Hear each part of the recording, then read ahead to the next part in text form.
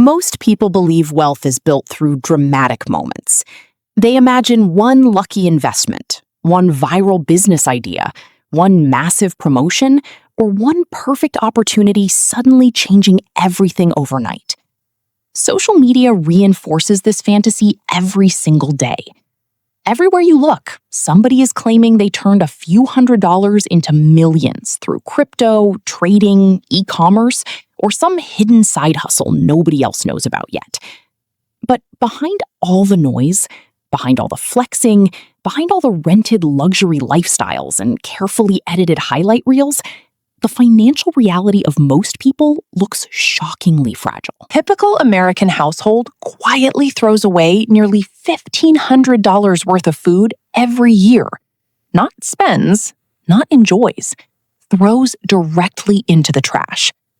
At the same time, the average new car payment has climbed beyond $770 per month, and millions of buyers are willingly signing contracts, locking themselves into payments above $1,000 every single month, before insurance, fuel, maintenance, parking, taxes, and repairs are even considered.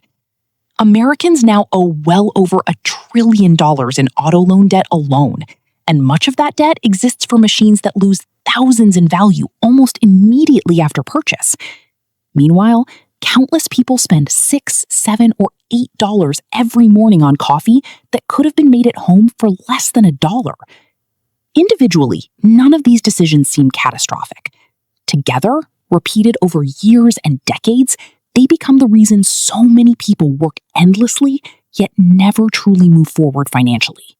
This is the uncomfortable truth nobody wants to hear. Financial success is usually not built through exciting decisions. It is built through repetitive, emotionally boring behaviors that most people are too impatient to maintain. The habits that create wealth are rarely glamorous. They do not make people look rich in the short term. They do not generate admiration online. They often feel inconvenient, repetitive, and even embarrassing at times. Yet these same behaviors quietly separate the people who stay trapped financially from the people who slowly build freedom. First habit feels almost painful in a culture obsessed with appearances. Drive older cars longer than your ego wants to. Modern society has normalized the idea that every successful adult should constantly upgrade vehicles. Car advertisements never sell transportation. They sell identity. They sell status. They sell the emotional fantasy that a newer car somehow represents progress in life. But financially, new vehicles are among the fastest wealth destroyers most people ever purchase.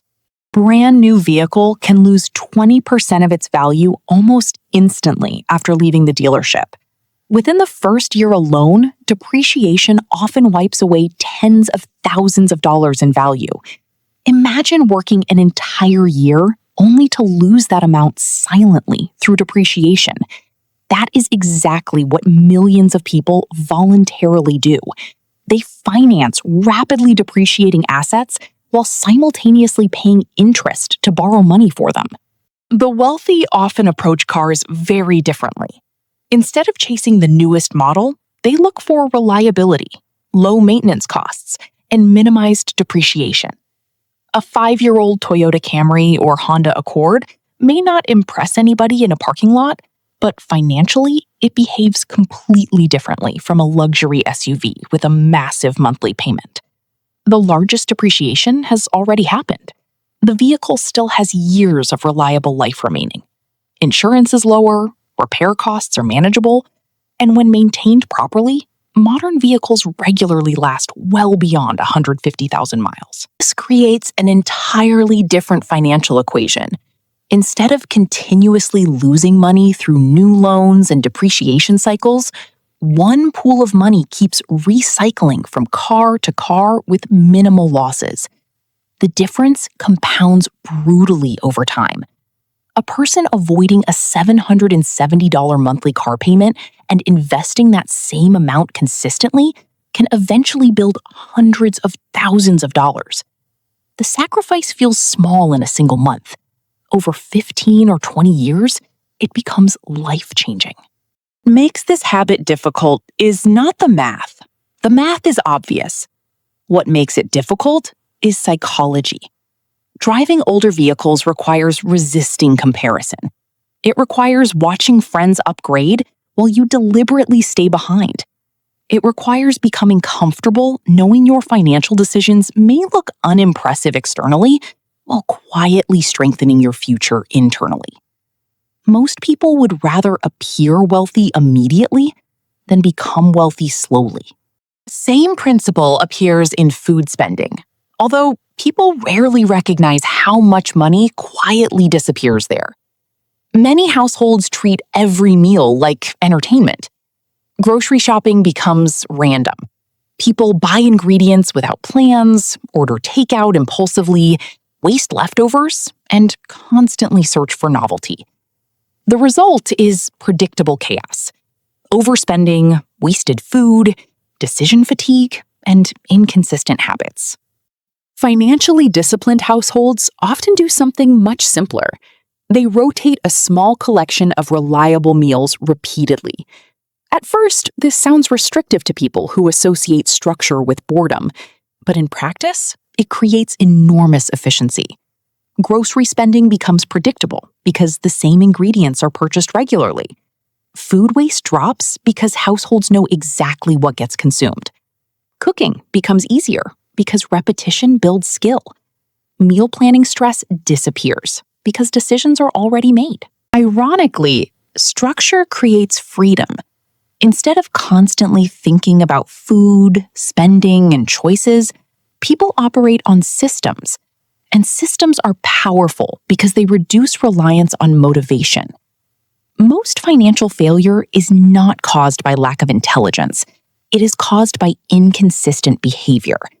Repetitive meal systems eliminate inconsistency. Food waste itself is one of the most ignored financial leaks in modern life. People routinely buy food based on fantasy versions of themselves. They imagine cooking elaborate meals, eating healthier, becoming more organized.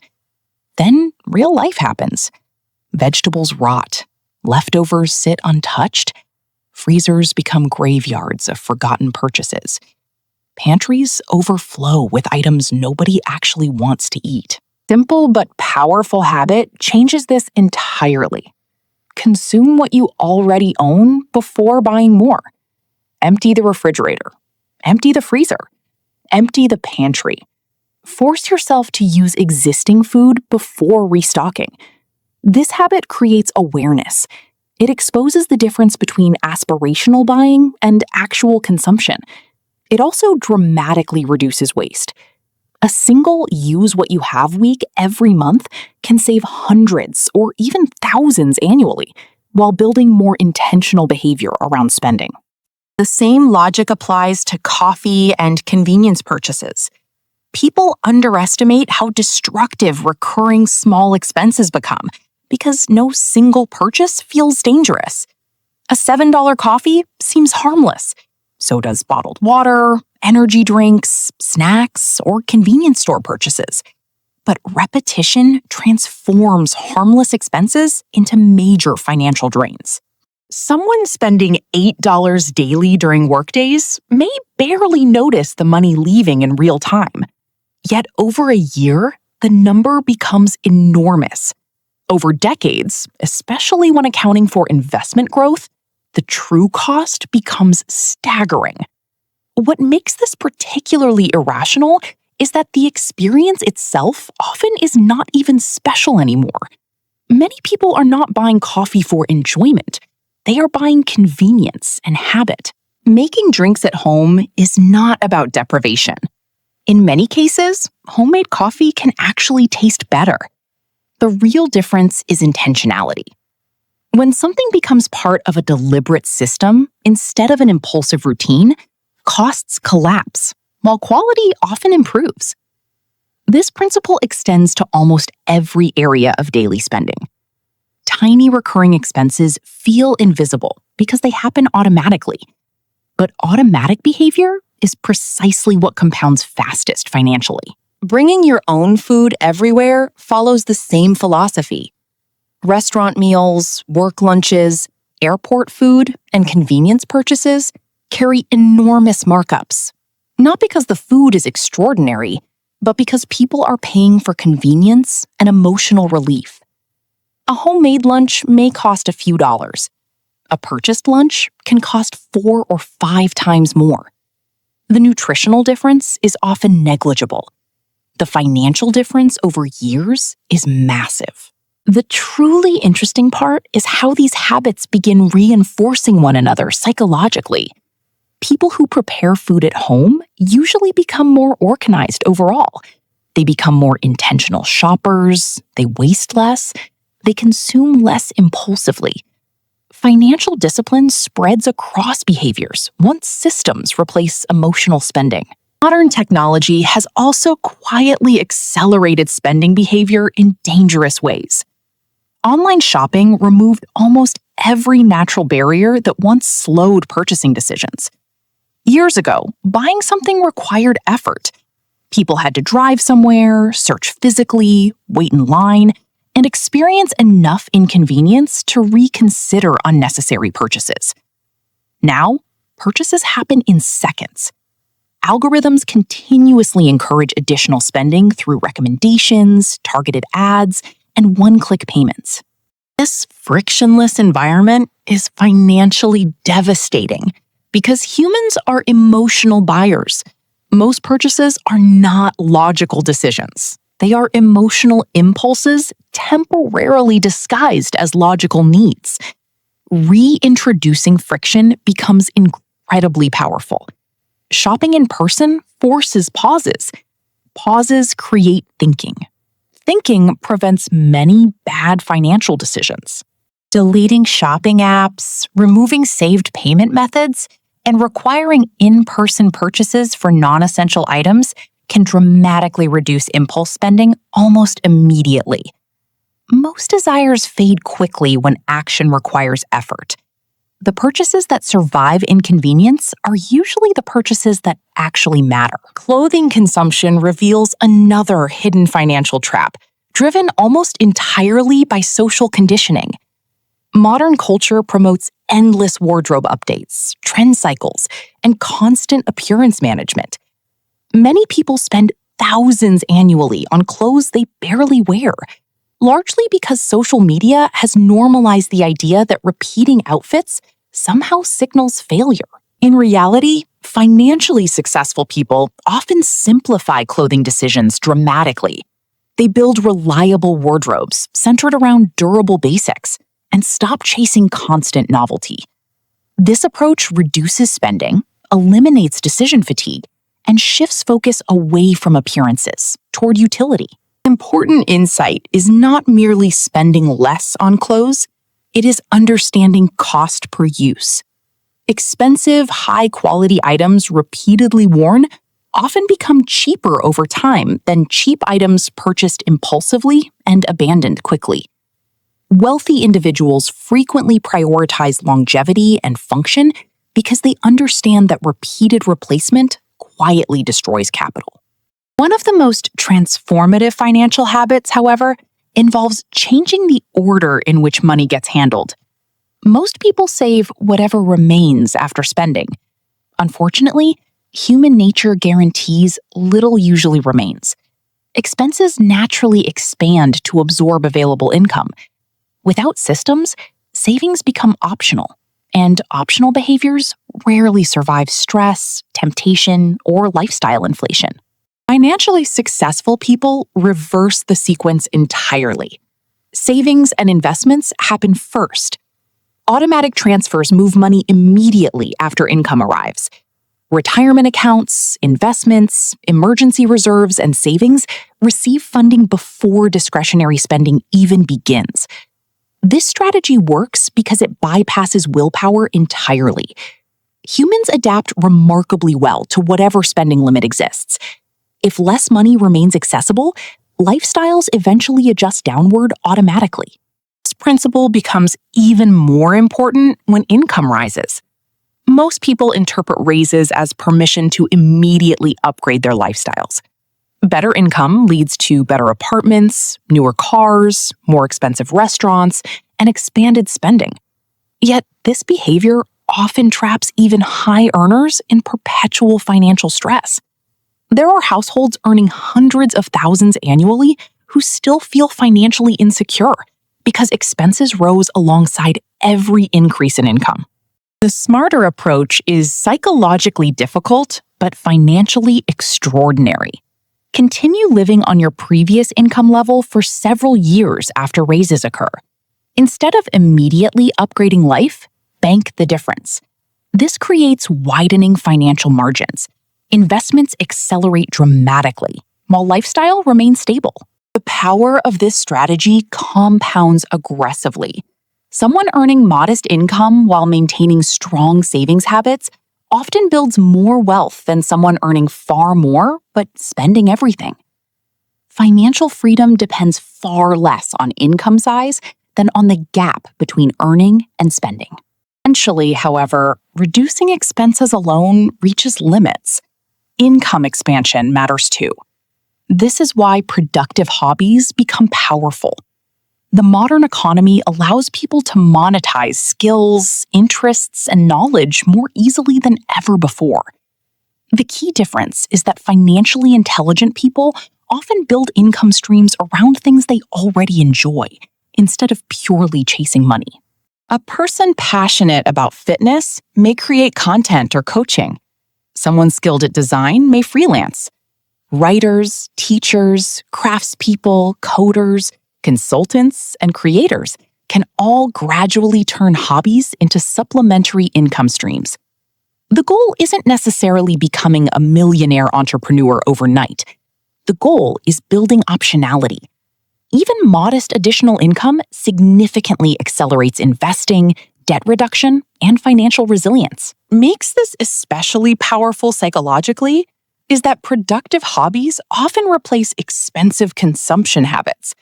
Instead of spending hours consuming entertainment and spending money, people spend time building assets, skills, audiences, or income. The direction of energy changes completely. When you step back and examine all these habits together, a clear pattern emerges. Wealth is usually not built through brilliance. It is built through delayed gratification, emotional control, consistency, and systems. None of these behaviors look impressive in the short term. In fact, many look unimpressive precisely because they reject performative consumption. A person driving an older car, meal prepping food, making coffee at home, wearing simple clothes, and investing automatically may appear ordinary. Meanwhile, another person may appear successful externally while quietly drowning in debt, stress, and financial instability. Appearances reveal almost nothing about actual wealth. This is why social media creates such dangerous financial distortions. Platforms reward visible consumption, not invisible accumulation. Nobody posts exciting videos about automatic investment contributions or avoiding impulse purchases. Nobody gains admiration online for resisting lifestyle inflation. Yet those boring behaviors are exactly what build freedom over decades. The truly wealthy often understand something most people never fully grasp. Money is not primarily about status. It is about control over time. Financial freedom means having choices. It means not panicking during emergencies. It means not remaining trapped in jobs purely for survival. It means building a life where income generated by assets gradually replaces dependence on constant labor. And almost always, that freedom begins through painfully ordinary habits, repeated consistently for years. Not viral moments, not flashy risks, not pretending to be rich, just boring discipline, practiced long enough for compounding to work its magic. That is the part people resist, because compounding feels invisible at first. The sacrifices seem small, the results seem slow. Year 1 feels unimpressive. Year 2 still feels ordinary. But somewhere later, the math quietly flips. Investments start generating meaningful growth. Debt disappears. Stress decreases. Options expand. Small, disciplined behaviors eventually create massive separation between people who looked financially similar years earlier. The people who master money are usually not the people chasing excitement. They're the people who learned to tolerate boredom long enough for boring decisions to become extraordinary outcomes.